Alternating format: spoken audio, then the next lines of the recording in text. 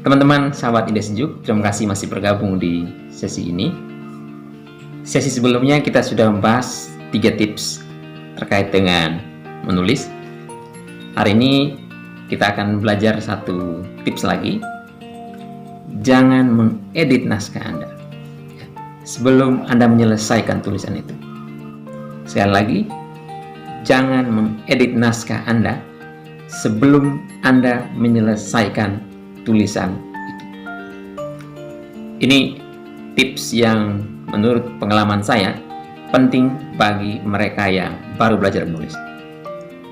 Nah, pengalaman saya secara pribadi, saya mengalami kesulitan dalam dunia tulis-menulis. Salah satunya gara-gara ini. Jadi ketika menulis paragraf 1 ke paragraf 2, waktu ke paragraf 2, saya berpikir begini. Di paragraf 1 itu sudah benar atau belum ya? Paragraf 1 itu diksinya sudah bagus atau belum ya? Nah, paragraf 1 idenya sudah bagus atau belum ya? Akhirnya saya kembali lagi ke paragraf 1. Itu belum ke paragraf 2 ya. Setelah selesai ke paragraf 1, saya pindah ke paragraf 2. Nah, di paragraf 2, saya berpikir hal yang sama lagi. Bagus atau tidak ini ya? Ini menarik atau tidak? Akhirnya apa yang terjadi? Saya menghabiskan sekian banyak waktu untuk satu tulisan itu. Padahal, saya bisa menghemat waktu saya. Saya bisa membuat perencanaan yang baik, sehingga satu tulisan itu harusnya saya selesaikan dalam waktu 2 jam. Ternyata molor menjadi beberapa hari, baru bisa diselesaikan. Karena apa? Karena mengintervensi apa yang belum selesai ditulis. Oke, saya mau memberikan sedikit analogi ya. Analoginya begini. Kalau teman-teman yang pernah atau sering melakukan presentasi ya, dengan menggunakan Microsoft PowerPoint misalnya, kita harus menyelesaikan dulu kan yang paling pertama seluruh isi kontennya dulu ya. Lalu kita benahi. Oh, ini kalau saya pakai animasi menarik atau tidak ya. Jadi slide 1, slide 2, sampai slide selanjutnya. Itu harusnya kita selesaikan dulu isinya ya. Bahan-bahannya sudah dimasukkan dulu, baru kita benahi masing-masing. Iya, kalau seandainya teman-teman baru slide 1 sudah berpikir bagaimana animasinya ini indah atau tidak dan segala macam, nanti kita akan menghabiskan banyak waktu karena kita melakukan satu intervensi yang tidak tepat pada waktunya. Untuk melakukan tips keempat ini, sebetulnya kita melewati satu tahap sebelumnya yang harusnya sudah tuntas juga, yakni kita harus sudah punya kerangka dalam tulisannya, harus sudah selesai. Jadi kalau para penulis pemula, saya anjurkan tulislah poin-poin yang mau ditulis. Misalnya paragraf 1 saya mau tulis tentang apa, paragraf 2 saya menulis tentang apa, paragraf 3 dan paragraf selanjutnya itu saya harus menulis tentang apa. Itu harus sudah ada dan sudah selesai. Jadi waktu menulis kita tidak akan mengalami kesulitan lagi. Oh, paragraf 2 saya bahas tentang apa, itu harus sudah selesai. Nah, bagi mereka yang sudah sering menulis, itu tidak perlu lagi. Jadi di benaknya sudah ada itu kerangka itu ya.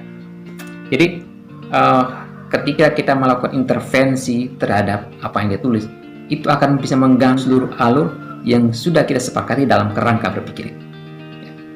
Dan teman-teman harus ingat, ini pengalaman saya juga waktu awal-awal menulis ya.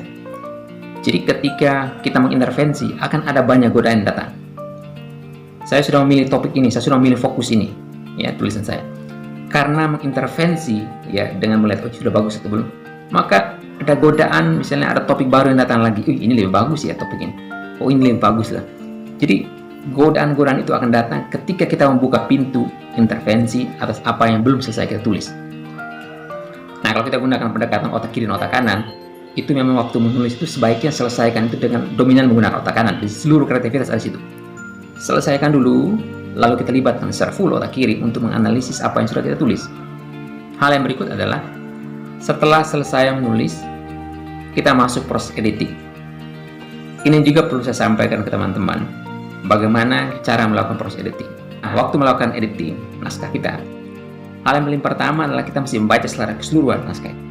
Baca secara keseluruhan untuk mengecek apakah kita konsisten terhadap fokus yang sudah kita tentukan, kita konsisten terhadap kerangka berpikir yang sudah kita rancang di awal.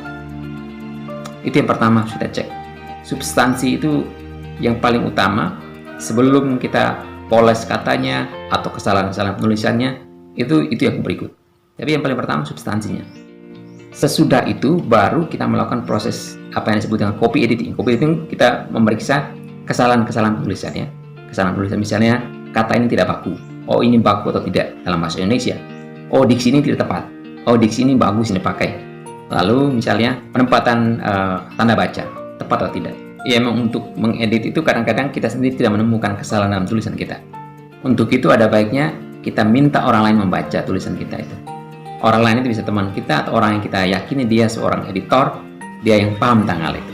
Ini catatan saya, tips keempat bagi teman-teman yang ingin belajar menulis. Ada teman-teman yang mengalami hal yang sama seperti yang saya alami, semoga bisa diperbaiki. Cobalah metode yang baru ini. Ya, editin naskah Anda setelah Anda menyelesaikan tulisan itu. Terima kasih.